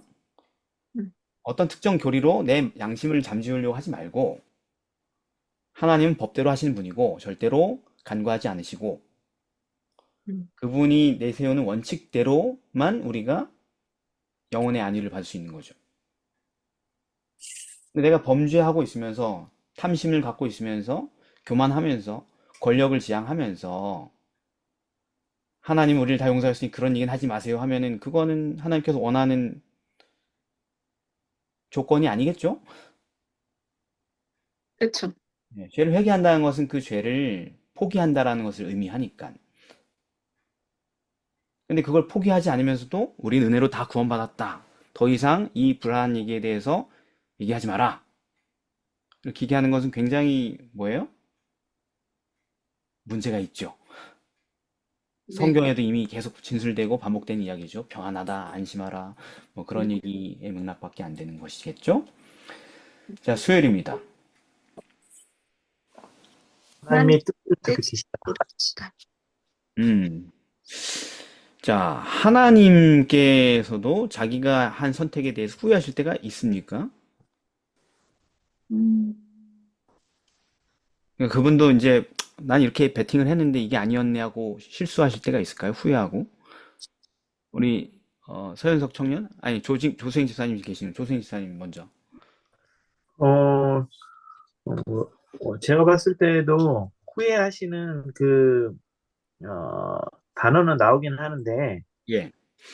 저희가 하는 지난번에도 사랑에서도 네. 저희가 이제, 시기 질투하는 그 부분에서도 우리의 질투와 하나님의 질투는 다른 것처럼, 네. 여기, 뭐랄까, 실수하신다, 후회하신다는 그 표현이 있지만은 그 후회가 우리의 후회와는 다른 것 같아요. 네. 네. 근데 그럴 수 없다는 얘기죠? 네.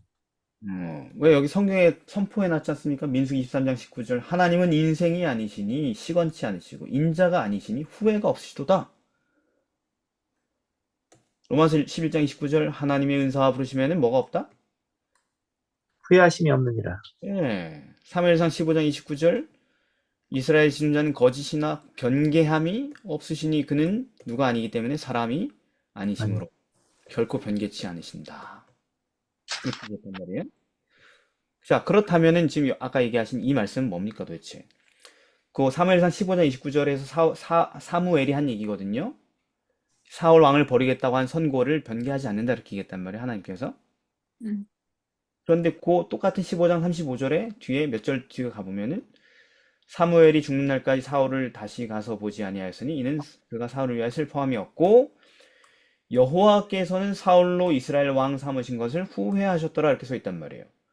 하나님은 변개함이 없으신데 뭘 정하시면은 결코 변개치 않으신다고 했는데 그 사울을 왕 삼은 건 누구예요?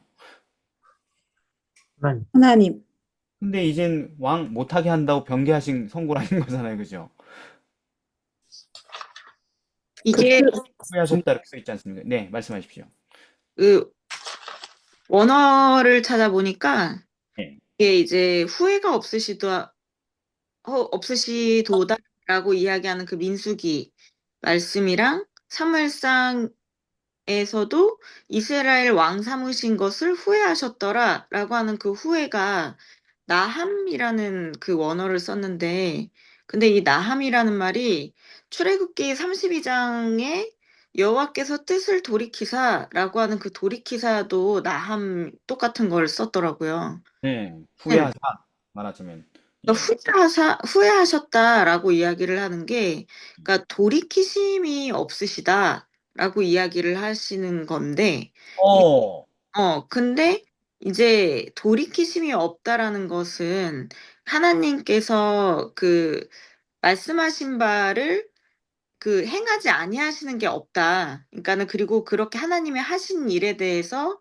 다시 그 역사를 막 이렇게 돌이키거나 하지 않으시는데, 다만 이 예를 들어 이 사울의 케이스 같은 경우에는 사울로 이스라엘 왕 삼으신 것을 후회하셨더라도, 그러니까 좀 슬퍼하시고 이제 돌이키시기 위해서 이제 또 다른 계획을 하셨다. 유감으로 생각하셨다. 약간 이렇게 이해를 하면은 될 것 같아요. 오, 이해, 로마서 11장에서는 예를 들어 하나님의 은사와 부르심에는 후회하심이 없느니라 라고 하는 그 후회하심은 원어가 또 다르더라고요. 헬라어라서 달라요, 헬라어라서. 아, 그런 거예요? 신약과 구약은 언어가 다르잖아요. 나함은 히브리어고 헬라어도 다른 단어겠죠? 전혀 다른 단어라는 뜻이 아니고 언어가 다른 겁니다. 그리고 제가 볼 때는 혹시 창세기 6장 7절 말씀에 있는 한타나민이라 이 말씀도 후회하셨다라는 그 뜻과 같은 말인 것 같아요. 네, 나함이다 이거죠? 나함. 한탐. 나함. 음, 나함이란 원어를 썼다 이거죠? 한탄에. 예. 그러면 또 이제 다른 해석이 나올 수 있죠? 여호와께서는 사울로 이스라엘 왕 삼으신 것을 한탄하셨다라 이렇게 하는 게 낫겠네요, 그럼. 네. 예. 아무튼. 근데 그 한탄 얘기도 마찬가지인데, 일단은 이제 출애굽기 32장 14절을 보면요. 아까 인용하신 여호와께서 뜻을 돌이키사 말씀하신 화를 백성에게 내리지 않았다. 무슨 얘기냐면 화를 내기로 결정을 하셨는데 계획을 변경하셨다는 얘기거든요. 그러니까 여기 뜻을 돌이키사라고 잘 했네요. 네. 그럼 변개된 거예요, 변개 안 된 거예요, 지금 뜻이. 원래 하나님은 그 회개를 하면은 뜻을 돌이키기로 결정하신 게 원래 하나님 뜻인 거죠. 역시 아까 했던 거에서 이제 그대로 이어오는군요. 맞습니다. 그렇죠. 예, 맞습니다. 그러니까 어디 보자. 자, 그 다음에 이제 그러면 이제 이 문장을 좀 한번 보겠습니다. 창세기 6장에 보면은 노아홍수 전의 상황에 대해서 이렇게 얘기하지 않습니까?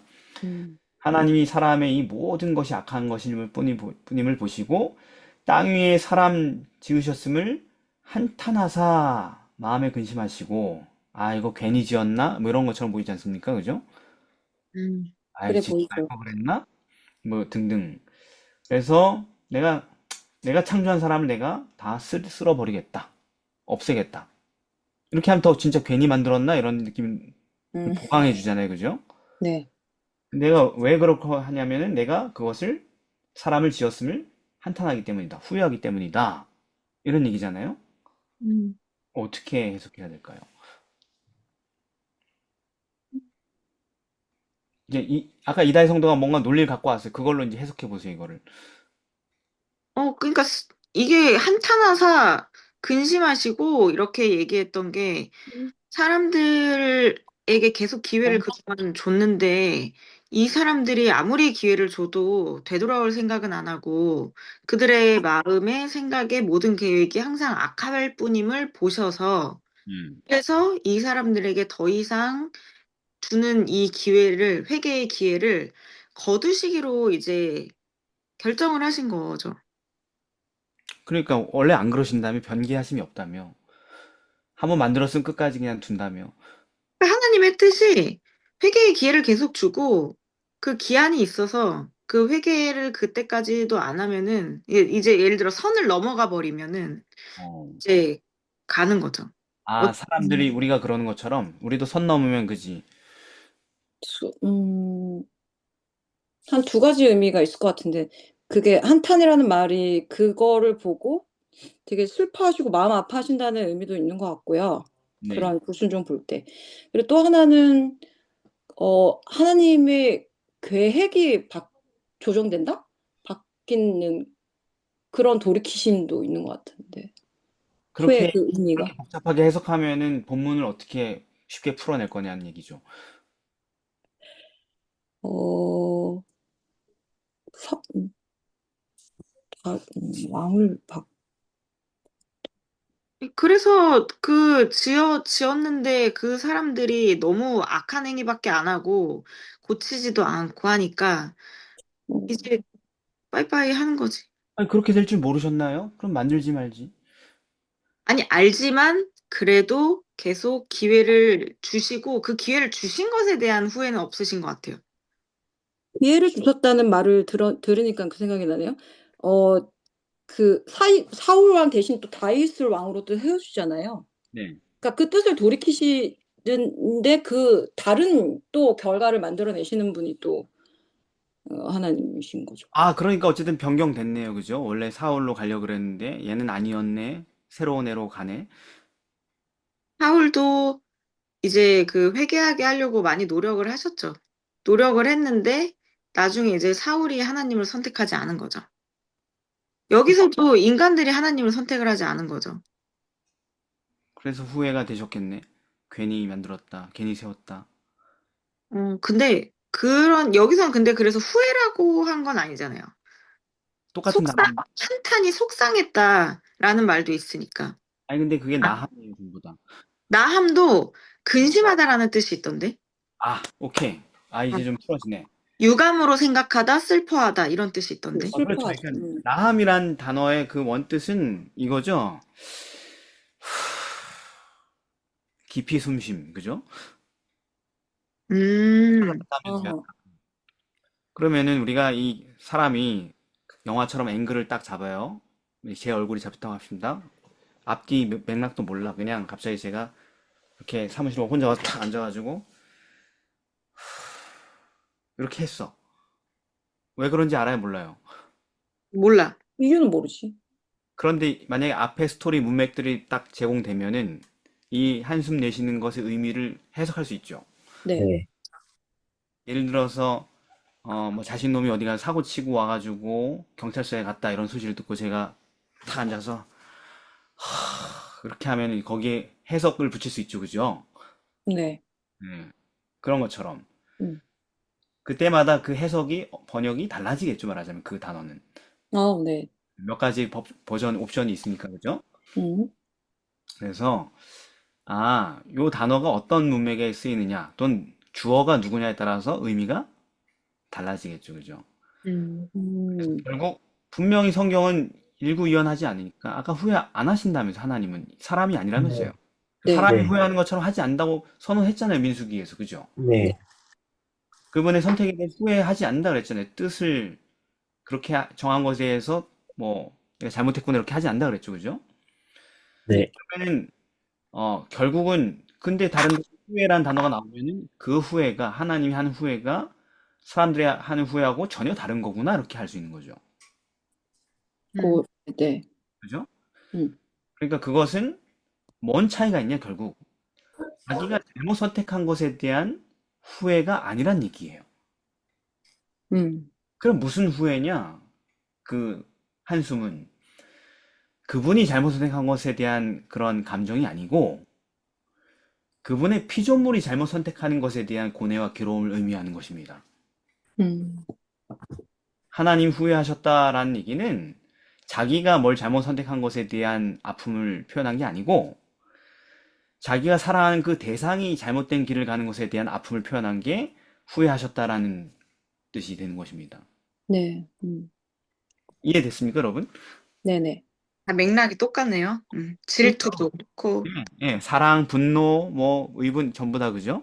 음, 주어가 하나님이 될 때는 의미가 달라진다라는 것입니다. 음, 그러니까 하나님은 사울을 왕 삼은 것을 인간처럼 후회하지 않으신다는 얘기예요. 네네. 근데 사울이 자기가 세운 가장 행복한 길을 벗어나서 저렇게 악한 길을 치닫는 멸망의 길을 가는 것이 아프다는 얘기입니다. 네네. 그걸 보고 깊은 한숨을 내쉰다는 얘기죠. 깊은 한숨. 자기 선택을 실망하고 그런 게 아닌 거죠. 자기가 선택한 아이가 음, 올바른 길을 떠난 것을 실망한 거죠, 말하자면. 음, 자, 이해되셨으면 넘어가겠습니다. 네. 그래서 네. 예레미야 18장 4절부터 10절에 보면은 진흙 비유가 나오지 않습니까? 토기장이가 진흙으로 그릇 만드는 거. 네. 예. 그래서 여기 8절에 보면은 만일 나의 말한 그 민족이 그 악에서 돌이키면 내가 그에게로 내리기로 생각했던 재앙에 대하여 뜻을 돌이키겠고 10절에 보면은 만일 그들이 나보기에 악한 것을 행하여 내 목소리를 청종치 않으면 내가 그들에게 유익케 하리라 한 선에 대하여 뜻을 돌이키리라. 음, 그러니까 항상 하나님 변하여 변하지 않아요. 편하지 변하지 않 않았어요. 변하지 않는 거예요. 물론 변하는 것처럼 보이겠지요. 네. 하나님 이랬다 저랬다 하는 것처럼 보이겠죠. 재앙을 내리기도 하고 거두기도 하고 하니까. 음, 가만 보면 변하는 게 없어요. 그냥 원래 그렇게 계획을 세우셨던 거죠. 약속했던 거죠. 음, 그분의 뜻대로 살면은 복을 받고 그분의 뜻을 벗어나면은 어려움을 당한다는 이미 기준을 세워놓은 거죠. 네. 그 기준이 변하지 않는다는 거죠, 하나님은. 그러니까 음, 뜻을 변개할 필요가 없죠. 너무 음, 완벽한 뜻을 세우셨거든. 맞아요. 다만 음, 뭐만 변하냐면 사람들이 그 뜻을 따를지 말지에 따라 상황이 변할 뿐이다. 음, 그런 의미를 써놓은 게 그 밑에 있는 부조화 선지자 코테이션이에요. 하나님의 후회는 인간의 후회와 같이 아니하다 이런 뜻인 것입니다. 음, 그리고 중간에 인간의 후회는 마음의 변화를 의미하고, 그러니까 내가 뭘 선택한 것에 대한 내 마음의 변화고, 아, 괜히 이랬네. 괜히 이 사람이 결혼했네. 뭐 이런 거 말입니다. 하나님의 후회는 환경과 관계의 변화를 의미한다. 말은 좀 어렵지만 아까 제가 설명한 그거예요. 네. 상대방의 변화를 의미한다라는 것입니다. 상황이 달라졌다라는 것이죠. 내가 네. 의도했던 그 상황을 따라서 상대방이 와야 되는데 벗어나가지고 그 사람이 불행에 빠진 것을 하나님 후회라고 얘기한다는 것입니다. 네. 그 뒤에 설명이 더 중요합니다. 인간은 하나님의 은총을 받을 수 있는 조건에 응함으로써 하나님께 대한 자신의 관계를 변화시킬 수도 있고 그 얘기죠, 그죠? 예. 자신을 하나님의 은총을 받을 수 없는 곳에 둘 수도 있다. 요 음, 인간이 선택하는 것이 하나님을 후회하게 만든다라는 것이죠.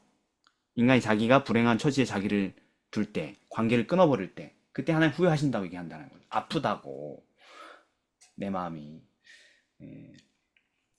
그래서 사울 얘기도, 사울이 불순종함으로 인하여 하나님과의 관계를 스스로 끊었으나, 이게 하나님 후회하신다고 한 그 상황이지만, 하나님께 강압하심을 받는 조건은, 그러니까 하나님이 세우신 원 뜻은 변하지 않았고, 하나님 요구는 여전히 동일했죠. 그러니까 사울을 왕으로 세우면서 네가 나를 순종하면은 행복하리라 한 그 뜻을 변개한 적이 없어요. 없다라는 것입니다. 그런 후회가 아니라는 것이죠. 그죠? 그렇습니다. 음, 그러니까 목요일입니다. 이제 마지막. 사랑과 정의를 굳게 붙잡고. 이제까지 우리가 살펴본 이런 하나님의 사랑의 속성으로 볼 때에 그리고 그 속성 때문에 이 정의가 어떻게 진행되는지 우리가 살폈지 않습니까? 공의가. 예. 결국 우리의 최종적인 구원의 여부는 어떻게 결정됩니까? 우리가 선택하기만 하면 하나님을. 우리의 행함으로 구원받는 거예요? 아니요. 하나님이 이미 우리가 죄인일 때 사랑한다고 희생하시겠다고 확증을 하셨기 때문에 우리가 순종한다는 어떤 반응만 한다면 구원받을 수가 있습니다. 약간 위험하다. 너 우리 교단에서 위험 인물 되겠다. 행함에 대해 자꾸 얘기를 하네, 얘가. 너 그러면 위험인물 되는 거야. 믿음으로 말미암는 의. 그러니까 믿음이냐 행함이냐 이렇게 하면서 행함 얘기 자꾸 하면은 위험한데. 다른 분 의견도 한번 들어볼까요? 좀 위험한 발언을 들었고. 예. 예. 김인 사모님 한마디 하시죠. 그를 사랑하고 그 계명을 지키는 자. 어? 또 저러시네. 위험인물 추가. 그리고 좀, 그 사랑이 예수님의 사랑이 내 안에 심겨져서 우리의 예. 원수까지도 사랑하고 우리를 핍박하는 자를 위하여 기도할 수 있는 사람이 될 때에 어, 우리는 하늘에 계신 너희 아버지의 아들이 되리라라고 말씀하신 그 말씀대로 야, 구원의 여부가 결정이 됩니다. 굉장히 큰일입니다. 지금도 행함으로 말미암는 구원에 대한 얘기를 하는 것처럼 보여요. 조승희 지사님. 저도 동일한 것 같아요. 하나님의 음. 사랑과 공의는 예, 한결같으신데 예. 그거를 저희가 받아들이냐 못 받아들이냐 이게 차이인 것 같아요. 그러니까 뭐 어떻게 구원받는 최종적으로 어떻게 구원이 결정된다는 거예요? 그러니까. 그 영원한 그 우리를 끊임없이 사랑하시고 우리를 죄에서 구원하시려고 하는 그것을 우리가 믿고 선택하고 따라가기만 하면 되는 거죠. 그러면 이제 구원해 주시겠다고 약속을 해 주셨는데 그 약속을 생각하지 않는다면은 어떻게 해줄 수 있는 게 없으신 거죠, 하나님도. 어, 야, 자를 의롭다 하려 하심이니라. 로마서 말씀. 아, 우리 첫 일요일 소지에서 살펴본 바와 같이 우리가 그 상황에서 구원받으려면 여기 제목처럼 그 사랑과 정의를 굳게 붙잡으면 이게 선택이죠. 네, 어, 붙잡으면 안 되겠다. 지금 신학 공부하고 있는 사람한테 물어봐야겠다. 서현석 청년이 좀 위험하지 않게 좀 답을 해주십시오. 어떻게 우리가 최종적으로 결국 구원받습니까? 이 모든 걸 살펴봤을 때. 우리 하나님을 믿음으로 말미암아 그분의 말씀 안에 거하는 것이요. 그러니까 성경 좀 읽고 이렇게 뭐 믿고 성경 읽고 예배 드리고 이렇게 하면 된다는 얘기죠. 아니요. 그분께서 주신 말씀은 결국 정말 간단하게 요약하자면 너의 하나님을 사랑하고 이웃을 사랑하라. 그 얘기잖아요. 예수님께서도 구원 어떻게 받아야 돼요? 물어봤었을 때 너가 성경 어떻게 생각하냐? 어, 너의 하나님을 사랑하고 이웃을 사랑하라고 하던데요. 응, 그렇게 살면 된다. 이렇게 답변 주셨잖아요. 그럼 우리가 그 말씀 안에 거할 때 우리가 그 구원 스토리 받았다라는 걸 알 약간 수가 좀 있죠. 약간 어폐가 있는데 그 스토리에서 대답은 어떻게 했냐면 계명들을 지키라 이렇게 얘기했죠, 그죠? 아, 예수님이. 예, 맞습니다. 그래서 실제로 예수님께서 사랑하는 사람은 자신의 계명을 잘 지킬 수 있다고 말씀하셨고, 또한 그에 대한 의견에 대해서는 바울도 히브리서에서, 요한도 요한 1서에서 그분을 사랑하는 사람이 형제를 사랑하는 것, 그분의 계명을 지키는 것은 그리 어려운 일이 아니다. 이렇게 답변을 주셨거든요. 네. 근데 그 얘기는 우리가 우리 힘으로 지켜야 됩니다. 자, 이제부터 구원받으려면 빨리 나가서 이웃 사랑하세요. 이런 얘기가 아니라 우리가 하나님을 사랑하고 그분의 구원을 깨닫고 그리고 그분께서 주셨던 그 은혜를 알 때 자연스럽게 그렇게 성령님과 함께 그렇게 지내다 보면 자연스럽게 그렇게 살게 되는 것이 아닌가 그런 생각을 하고 있습니다. 예, 감사합니다. 여러분 일관된 자꾸 대답을 해서 어, 이게 어떤 분들은 여러분들의 그런 사상을 위험하다고 생각한단 말이에요. 네. 근데 저는 위험하다고 생각하지 않고 잘 바르게 대답했다고 생각합니다. 예. 뭐냐면은 그게 위험하다고 생각하는 사람들은 왜 위험하다고 생각할까요? 여러분들의 대답을. 왜냐면은 제가 이제 요런 사실이 쉽게 수긍되냐 이렇게 제가 물어봤잖아요. 네, 여러분들 결국 어떤 종류의 행함이 필요하다라는 데 다 합의를 한 거예요, 말하자면. 네. 어떤 종류의 우리의 편에 행함이 필요하다는 얘기를 좀 한 건데 사실 그 믿음으로 우리는 구원받았다 이렇게 얘기하는 구원론을 가진 사람들에게는 그게 또 자극적인 표현일 수 있단 말이에요. 그런데 그게 여러분들 그게 수긍이 돼요? 쉽게 수긍이 됩니까? 내 편에서 뭔가 변화를 보여야 된다라는 그게 수긍이 됩니까? 수긍이 네, 되죠. 왜 그게 쉽게 수긍이 그래야 돼요. 수긍이 잘 안 되면 성경을 좀 열심히 읽으면 됩니다. 몰라서. 아, 위험, 대충 읽으면 안 돼. 잘 읽어봐야 돼. 잘 안 읽어서 그래. 그리고 순종하기 싫어서 그러고. 맞아.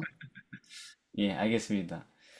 어, 저도 좀, 죄송합니다. 아니, 느끼는 바가 좀 여러, 예, 네, 얘기하세요. 있었지만은, 그러니까 한마디로 십자가를 만난 사람이 삶이 변하지 않는 걸 본 적이 없어요. 네. 성경에서든지 이 세상에서든지. 음, 십자가를 만난 사람은 늘 삶이 자연스럽게 변화해 있더라고요. 음, 네. 그거를 좀 많이 느꼈습니다. 네, 네. 성경에서 성령님하고 함께 지내시는 분들도 항상 보면, 이 사람의 삶이 왜 이렇게 아름답지? 하고 보면은 다 십자가 사랑을 깨달으신 분이 그렇게 지내더라고요. 예. 그러니까 사실은 성경 이야기가 지금 우리의 삶에서도 변한 게 없죠. 하나님이 변하지 않았으니까. 그분은 공의의 하나님이시잖아요. 그죠? 네. 네. 그리고 그 공의는 사랑이 뒷받침이 명백하게 된 걸 우리가 봤고, 네. 그분이 세운 정의가 무엇인지 우리가 뚜렷하게 봤잖아요. 그죠? 우리가 범죄자의 삶을 살았다면 어떻게 하는 것이 그분께서 세우신 구원의 길이에요? 죄를 그만 지어야죠. 예수님의 용서를 받아들여서 그 음. 죄에서 떠나는 것이 하나님께서 개운 구속의 계획이잖아요. 그죠? 네. 그런데 이게 납득이 안 되는 사람들이 많이 있다라는 거, 잘못 배우거나 잘못 믿고 있어서 네. 죄를 어떻게 떠나냐, 이렇게 다시 원론적인 문제로 돌아오는 경우가 많다라는 것입니다. 그래서 하나님 편에서는 이미 우리를 구원하려는 그분의 정의, 확고한 뜻을 이미 다 공개를 하신 거예요. 그죠? 네.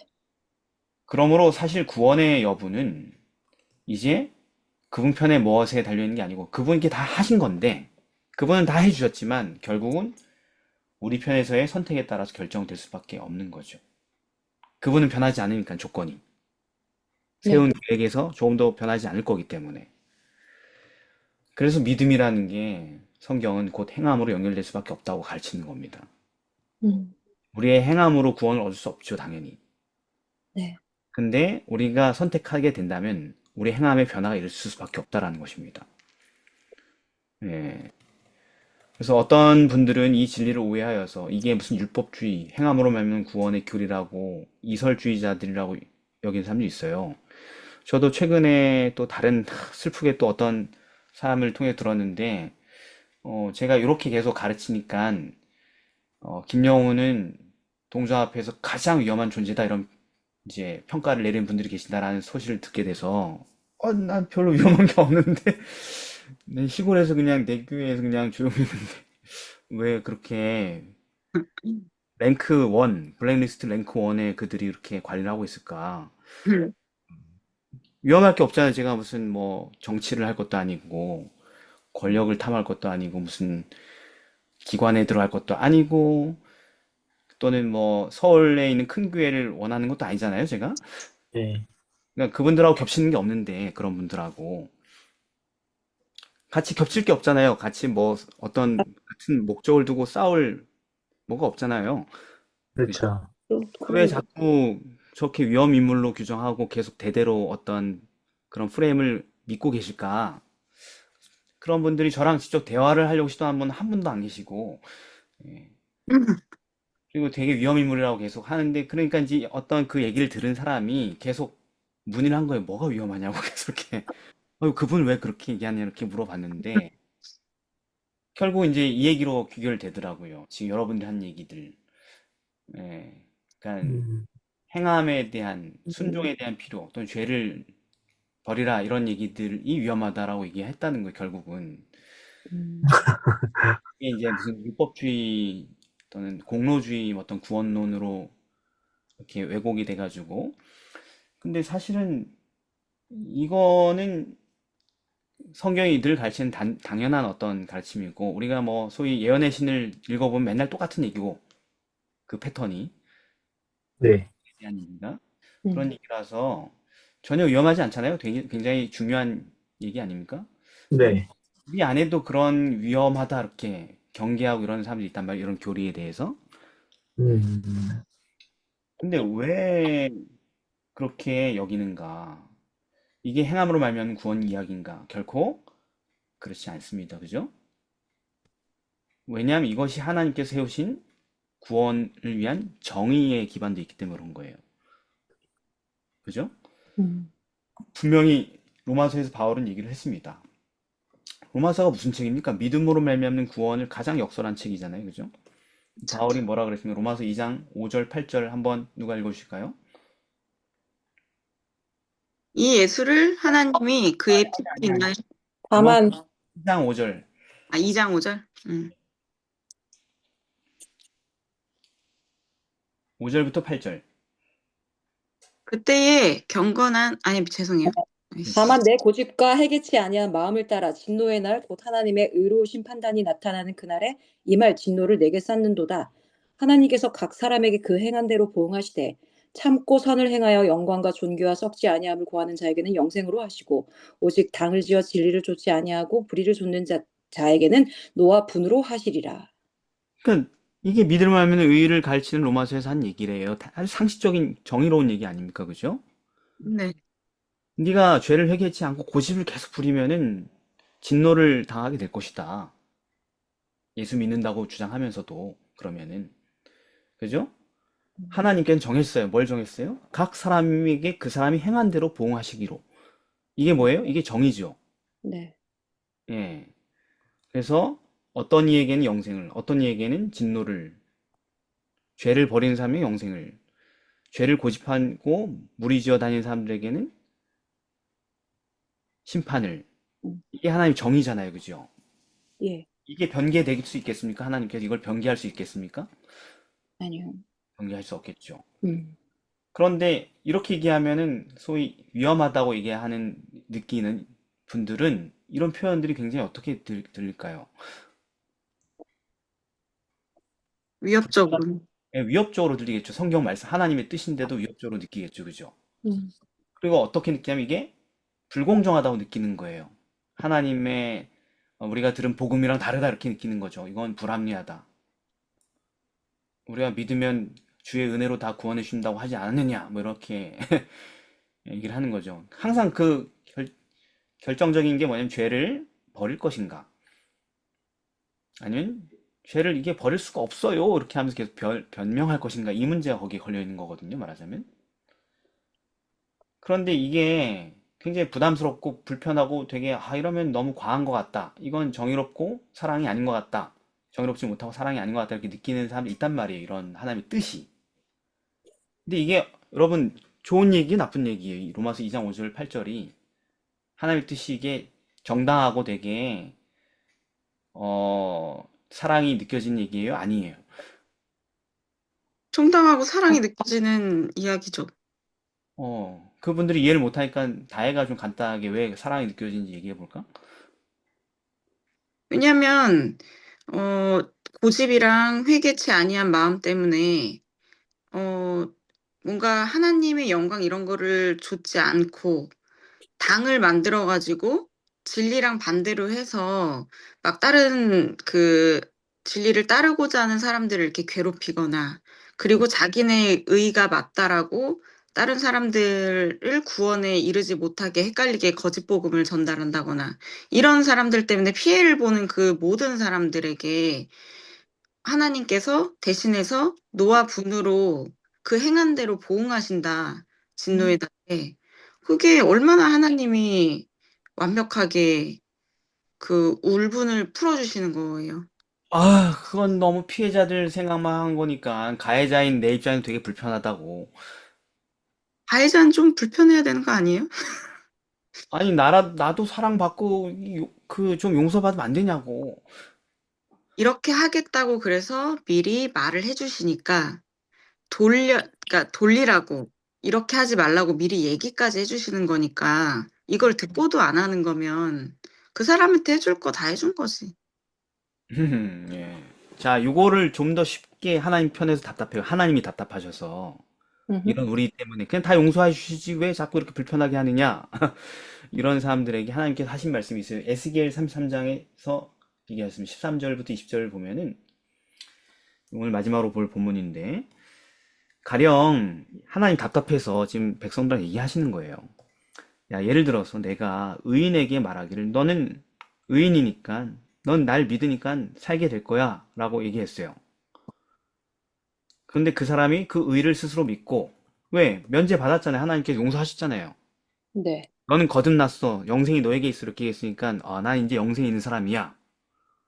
나는 하나님 나라에 들어갈 수 있게 됐어. 라고 스스로 믿고 죄악을 행하면 그 모든 의로운 행위가 하나도 기억되지 아니하리니 그가 죄 중에서 죽게 될 것이다. 이게 하나님이 세우신 뜻이라고요. 정의라고. 네. 60평생, 80평생 의인으로 믿음으로 말미암아 살아왔다 할지라도 마지막이 끝이 저런 식이면은 그 음. 80년 믿음의 의는 다 의미가 없다는 얘기예요. 없다. 근데 반대로 악인에게 말하기는 너는 죽는다. 너의 그 죄는 대가가 사망밖에 없다. 살 수가 없다. 이 죄의 대가로. 그렇게 선언했다 하자. 근데 그가 뭐예요? 돌이켜. 돌이켜. 회개해. 회개했다는 게 뭐예요? 거기 자기의 죄에서 떠나. 그리고 법과 의대로 행하여 말씀에 순종한 삶을 살아요. 전당물을 돌어주고 억탈물도 돌려보내고 사기친 거 다 돌려보내고 생명의 윤리를 준행하고 다시는 뭐 하지 않아요? 죄악을 짓지 않아. 아니하면 그러면 그 죽을 사람도 정령 살고 죽지 않는다. 이게 내가 세운 정의다. 변개하지 않을 구원에 관한 법칙이다. 그의 본래 범한 모든 죄가 80평생 악인으로 살아왔다 할지라도 그 죄들, 평생의 죄들 다 기억되지 않고 너는 살 것이다. 왜냐하면은 결국 회개하고 법과 의를 행하였기 때문에 하나님의 말씀을 따라 살았기 때문에 순종했기 때문에 그 사람 살리는 거다. 과거의 모든 죄를 다 도말하고. 그래서 17절 보십시오. 17절 지금 이다혜 성도 읽어봐요. 그래도 내 민족은 말하기를 주의 길이 공평치 않다 하는도다. 그러나 실상은 그들의 길이 공평치 아니하니라. 이거예요, 이거. 지금 우리 안에 있는 이 불편한 감정들이 이거 똑같은 마음이에요. 이러면 공평하지 않죠. 우리 보고 뭘 하라고 하면 공평하지 않죠. 이렇게 느끼는 거라고요. 네, 우리한테 이제 와서 의로운 삶을 살아라, 죄를 벌어라, 그래야지 구원받는다 이렇게 하면 공정하지 않아요. 이렇게 얘기한다는 얘기예요. 많은 성도들이 또는 소위 설교자들이 그렇게 느낀다라는 거죠. 그런데 실상은 뭐예요? 그들의 길이 공평치 않은 거죠. 그들이 생각하는 본론, 그들이 생각하는 복음, 시나리오 이런 것들이 공평치 않다는 얘기입니다. 그건 정의가 없다라는 것이죠. 정의를 외면했다라는 것입니다. 그래서 하나님이 다시 정리해줘요. 잘 들어봐. 내 뜻이 뭔지. 만일 이 의인은 가짜 의인이에요? 진짜 의인이에요? 생명이 있는 의인이 돌이켜 그 의에서 떠나 죄악을 지으면 그가 그 가운데서 죽을 것이고 멸망. 만일 악인이 돌이켜 그 악에서 떠나 법과 의를 행하면 그가 그로 인하여 뭐한다? 살리라. 이게 하나님의 계획이라고요. 복음 안에 있는 공정한. 공정하지 않냐? 하고 물어보는 거죠. 납득이 안 되냐? 이게 얼마나 좋은 건지. 네. 그러나 너희가 이르기를 또 얘기해. 또 강조해. 주의 길이 뭐하지 않다? 공평치 않다. 공평치 않다 하는도다. 이스라엘 족속아. 재림 교회 성도들이여. 내가 너희의 각기 행한 대로 심판할 것이다. 이게 하나님의 공의로운 사랑이라는 것입니다. 모든 정의를 지키면서 이루신 사랑이라는 거예요. 이거는 사랑이죠. 그냥 사랑이 아니고 값싼 그냥 대충 막 베푸는 사랑이 아니고 공의로운 사랑이죠. 오늘 제목처럼. 어때요? 공정해요? 공정, 너무 공정하죠. 그렇죠. 네. 사람들은 생각해요. 이 내용을 들으면서 아니 그래도 80평생 의롭게 살았는데 막판에 좀 이렇게 좀 한 5년 그렇게 살았다고 그럼 죽으면 공정하지 않죠. 이렇게 생각한단 말이야. 네. 아니, 내가 평생 순종하고 살았는데 5년, 마지막 5년만 내가 불순종하고 살았는데 왜 내가 죽어야 되냐? 불공정하다 이렇게 얘기한다고요. 음, 그렇지 않다고. 음, 네. 다음 조항이 있기 때문에. 뭐요? 네가 80년 동안 그렇게 살았다 할지라도 악행을 하고 살았다 할지라도 마지막 1년 동안 순종하고 돌이켜 살면 구원해 주겠다. 이게 대단한 얘기잖아요. 네, 그 5년, 80년 잘 살다가 5년 막 산 사람도 남은 며칠을 회개하고 살면은 음, 용서받는다는 게 하나님의 정의잖아요. 얼마나 놀라운 사랑이에요. 네, 예. 그래서 우리 하나님의 사랑은 어떤 사랑이다? 공의로운 사랑이다. 정말 공의로운 사랑이다. 우리 모두에게 소망이 되는 사랑이죠. 정의고. 어떻게 이런 정의를 세울 수 있죠?